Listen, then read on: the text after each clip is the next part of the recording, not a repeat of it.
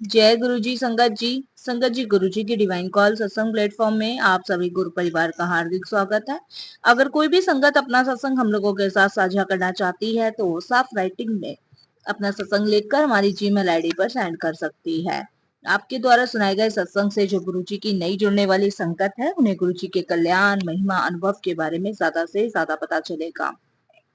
गुरु जी के चरणों में मेरा कोटि कोटि प्रणाम। जय गुरु जी। साथ संगत जी, आज का जो सत्संग हम लोग आपके साथ शेयर करने जा रहे हैं डॉक्टर अनिल अंकल का है और हम उन्हीं के शब्दों में आपसे सत्संग साझा करेंगे।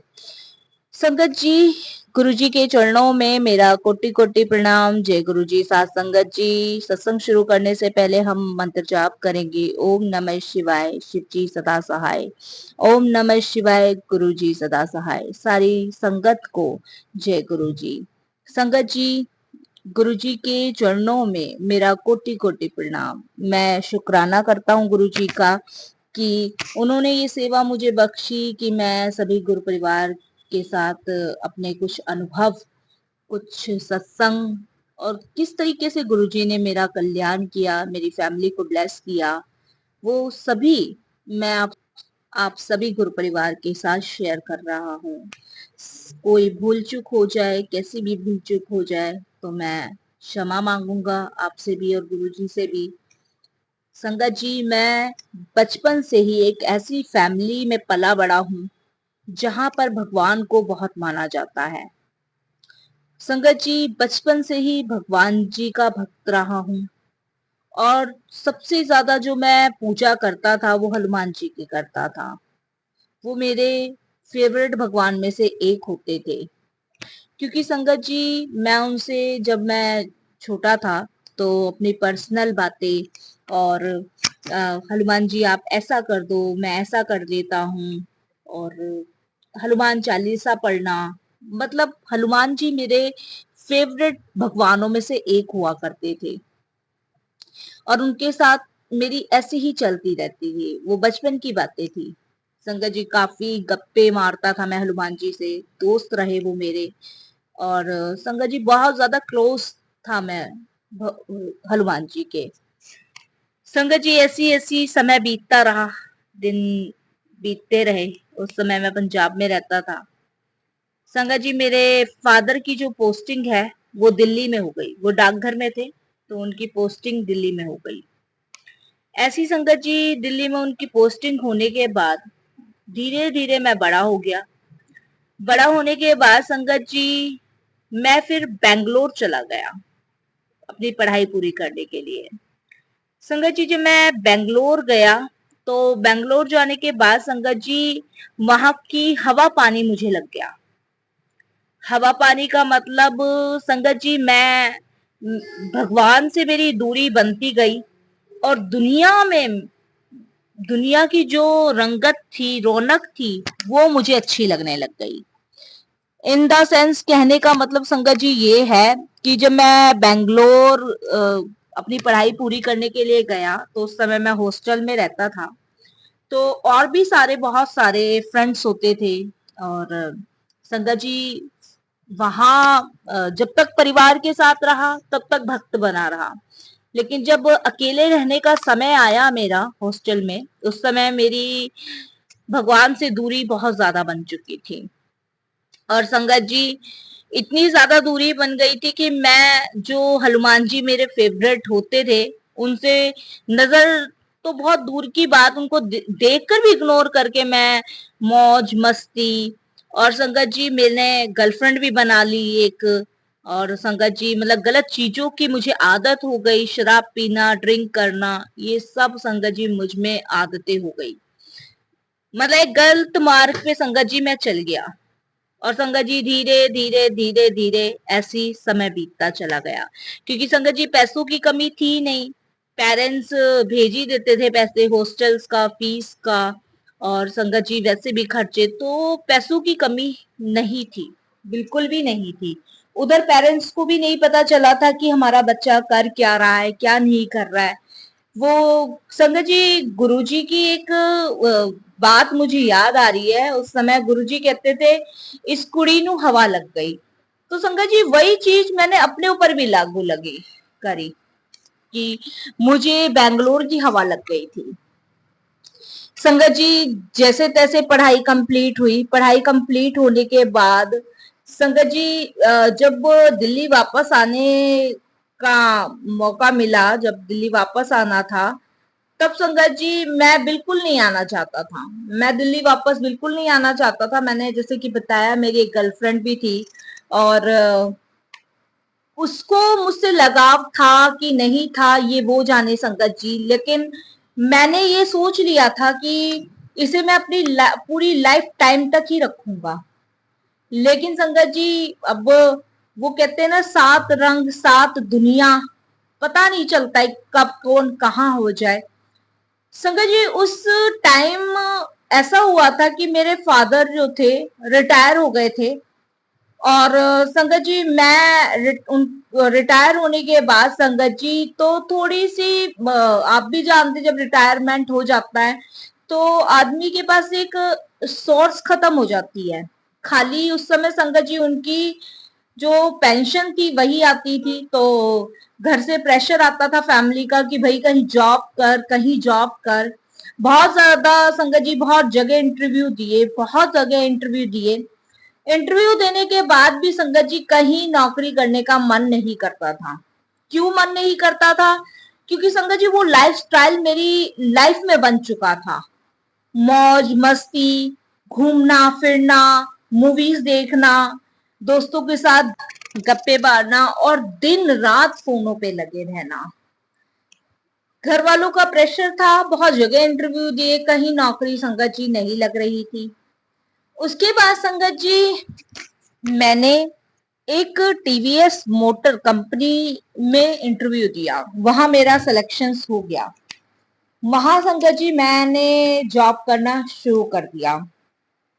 जो घर से लिमिटेड पैसे आते थे संगत जी, वो बंद हो चुके थे। तो सैलरी, जब मैं जॉब करता था तो जो मुझे सैलरी मिलती थी उससे ही मैं अपने खर्चे चलाने की सोचता था। तो संगत जी मैं खर्चे नहीं चला पाता था। क्यों नहीं चला पाता था?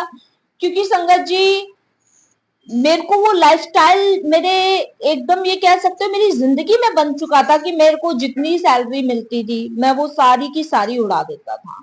और संगत जी यहाँ तक कि मुझे अपने ऑफिस जाने तक के लिए, अपने पेट्रोल के लिए, अपनी बाइक के पेट्रोल के लिए भी पैसे अपने फादर से मांगने पड़ते थे। ऐसी कंडीशन मेरी थी। अब संगत जी जो बैंगलोर में मेरी गर्लफ्रेंड थी, मैंने उसे काफी बार फोन किए, वो मेरा फोन डिस्कनेक्ट कर देती थी, उठाती नहीं थी। बहुत नंबर चेंज करके मैंने उसको कॉल किया, लेकिन कोई रिस्पांस नहीं मिलता था। संगत जी उसकी वजह से मैं इतना डिप्रेशन में हो गया था कि संगत जी मेरा काम करने का भी मन नहीं करता था। और संगत जी वो नौकरी मेरे हाथ से चली गई। संगत जी घर वाले मेरी हालत देख के परेशान थे कि भाई क्या करें क्या नहीं करें, उन्हें भी कुछ समझ नहीं आता था। तब संगत जी जालंधर में मेरी मौसी रहती थी। मेरी मौसी गुरुजी की बहुत बड़ी संगत थी उस समय। और संगत जी उस समय गुरुजी भी जालंधर आया करते थे। और उस समय गुरुजी एम्पायर स्टेट बैठते थे। तो मेरी मौसी गर्मी की छुट्टी में हमारे घर आती हैं और घर आके संगत जी मेरे को वो देखती हैं और मेरी मम्मी से कहती है कि क्या हालत बना रखी है। तो मेरी मम्मी बताती है मेरी मौसी को कि इसकी पढ़ाई भी कंप्लीट नहीं हुई है। और जो जो संगत जी उस समय मेरी कंडीशन थी वो सब कुछ मेरी मौसी को बताती है। तो मेरी मौसी मेरी मम्मी को कहती है कि तू गुरुजी के पास क्यों नहीं लेके जाती इसको। मेरी मम्मी कहती है कि अच्छा, वो जो तुम गुरुजी मुझे फोन पे जिनको के बारे में मुझे बताती हैं, तो मेरी मौसी बहुत अक्सर उन्होंने गुरुजी का जिक्र किया था हमारे घर में, लेकिन मेरे फादर नहीं मानते थे, तो इसलिए मेरी मम्मी भी नहीं चाहती थी। तो मेरी मम्मी मेरी मौसी मेरे फादर से बात करते हैं। तो उस समय मेरे फादर कहते हैं देख लो एक बार ले जाके अगर चला जाए तो। क्योंकि संगत जी मेरी वजह से बहुत टेंशन में थे मेरे घर वाले। संगत जी मैं, मेरी मौसी, मेरी मम्मी, हम तीनों की तीनों मतलब मेरी मौसी तो काफी बार गई थी, लेकिन मैं और मेरी मम्मी पहली बार गुरुजी के दरबार जाते हैं एम्पायर स्टेट में। संगत जी, दरबार में बहुत सारी संगतें होती थी। उस समय करीबन 70 या 80 संगत होती थी। और जब हम दरबार में पहुंचते हैं संगत जी, तो गुरुजी अपने ब्लैक कलर के चोले में गद्दी पे बैठे होते हैं। मेरा दिमाग संगत जी वही था, वही का मतलब मौज मस्ती।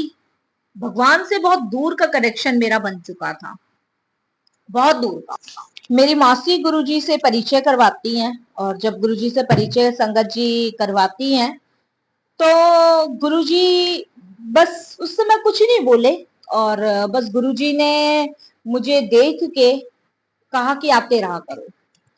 संगत जी, अब मेरी मौसी, क्योंकि गुरुजी की आज्ञा थी, तो संगत जी मेरी मौसी रोज मुझे लेके, मेरी मम्मी और मेरी मौसी संगत जी गुरुजी के पास जाते। संगत जी, मैं लंगर करता रहा, गुरुजी सिर्फ एक टक नजर मुझे देखते थे, कुछ बोलते नहीं थे। और मैं संगत जी, आप यकीन नहीं मानोगे, जाते जाते मुझे 20 दिन हो गए गुरुजी के पास, 20 दिन। और 20 दिन में से एक दफे भी गुरुजी ने ना कोई परेशानी पूछी, ना गुरुजी ने कोई बात करी। क्योंकि संगत जी उस समय मुझे रियलाइज हो गया था कि गुरुजी जानी जहान है, उनको सब कुछ पता है मेरे बारे में, टोटली सब कुछ।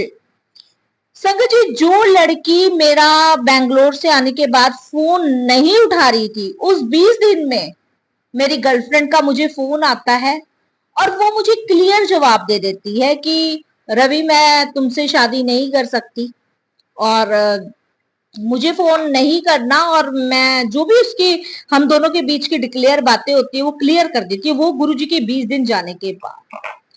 संगत जी, मैं ऐसा बदलता जा रहा कि मैं आपको बता नहीं सकता। ऐसा बदलता जा रहा जैसे कि किसी ने कोई जादू की छड़ी कर दी, और गुरुजी को कुछ भी बताने की जरूरत नहीं। वो 20 दिन कंटिन्यू मैं गुरुजी के पास गया। संगत जी, उसके बाद एक दिन मैं संगत के बीच बैठा होता हूँ, और वहां शब्द चल रहे होते हैं, गुरुबानी चल रही होती है संगत जी, और इतना हसीन वातावरण होता है कि संगत जी मैं डूब जाता हूँ। उसके बाद संगत जी गुरुजी गद्दी पे बैठे होते हैं, विराजमान होते हैं, और संगत जी गुरुजी को देख के एकदम से मैं अचंभित रह जाता हूँ। संगत जी, मैंने आपको बताया था कि हमारे घर में सब पूजा पाठ वाले थे, और मैं बजरंग बली को बहुत मानता था। संगत जी, गुरुजी को मैं देखता हूँ, और संगत जी वो एकदम से बजरंग बली का, यानी कि हनुमान जी का रूप ले लेते हैं।